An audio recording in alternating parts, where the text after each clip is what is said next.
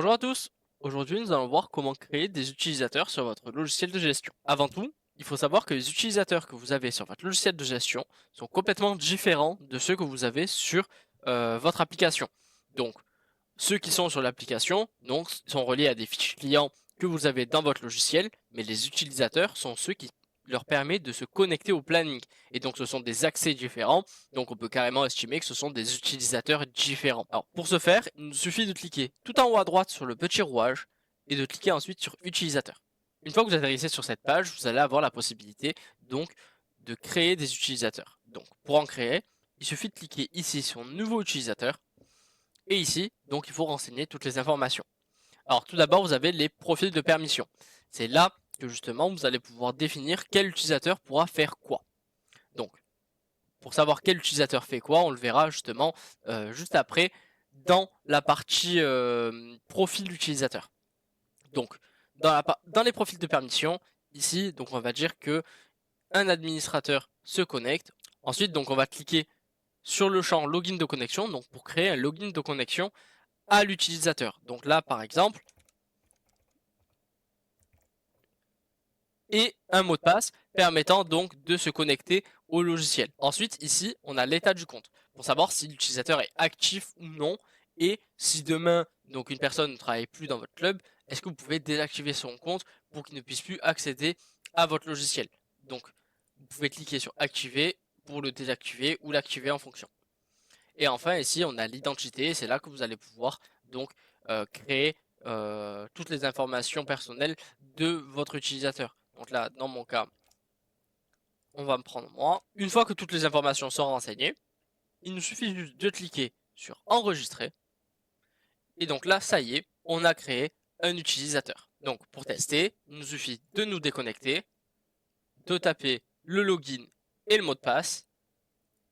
Et lorsqu'on tente de se connecter, donc on apparaît bien sur notre club et on peut effectuer des actions sur le logiciel de gestion de notre club. Ensuite, nous allons avoir donc ici dans l'onglet utilisateur ce qu'on appelle les profils d'utilisateurs. Donc en cliquant sur profil utilisateur, je peux voir qu'ici en administrateur, on a plein d'utilisateurs et je ne vais pas forcément avoir envie que mon personnel d'accueil puisse accéder aux mêmes choses qu'un administrateur. Donc par exemple, mon personnel d'accueil, je vais cliquer ici sur le petit crayon et je vais pouvoir dire qu'est-ce qu'il a le droit ou n'a pas le droit de faire. Comme c'est le personnel d'accueil, donc je vais voir toutes les options.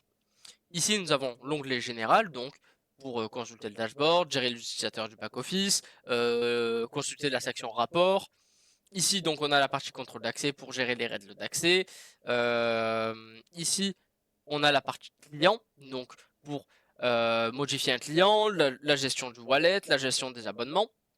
Ensuite, on a la configuration du club, donc tout ce qui se passe dans l'onglet configuration, que ce soit créer ou supprimer des prestations, les plages horaires, changer les horaires, modifier le nom ou l'activité d'une zone. Ensuite, on a l'onglet réservation, donc ce qui se passe dans le planning. Est-ce que je peux modifier et supprimer une réservation? Est-ce que je peux consulter la liste des réservations donc dans l'onglet réservation? Est-ce que je peux gérer les participants d'un match? Est-ce que je peux créer des réservations et sous combien de temps? Ensuite, on a l'onglet boutique qui nous permet donc de créer, de créer et supprimer des produits, de consulter des ventes, d'annuler des ventes. Et on a l'onglet marketing, donc gérer les campagnes de push, Gmail et de SMS qu'on a ici. Donc, dans notre cas, pour le personnel d'accueil, on va dire qu'il peut créer et modifier des matchs, créer de nouvelles réservations et consulter le planning. Donc, on va laisser comme ça, on va cliquer sur enregistrer les modifications et on va dire que Ryan, donc, n'a pas tous les droits sur le logiciel de gestion. Donc, on va mettre Ryan en personnel d'accueil. Et lorsque je clique sur enregistrer, je vais me déconnecter et me reconnecter. Donc on voit que Ryan est beaucoup plus limité dans sa gestion. Donc si je vais dans configuration par exemple et que je cherche à modifier mon terrain, le logiciel me dira que je n'ai pas les droits nécessaires pour effectuer cette action. Et donc je vais pouvoir uniquement prendre des réservations. Donc si je veux prendre une réservation, eh bien j'ai la possibilité de le faire, mais je ne peux pas aller forcément plus loin comme dupliquer ou déplacer une réservation. Et voilà, maintenant vous savez comment créer des utilisateurs sur votre logiciel de gestion. Voilà, merci beaucoup, à la prochaine.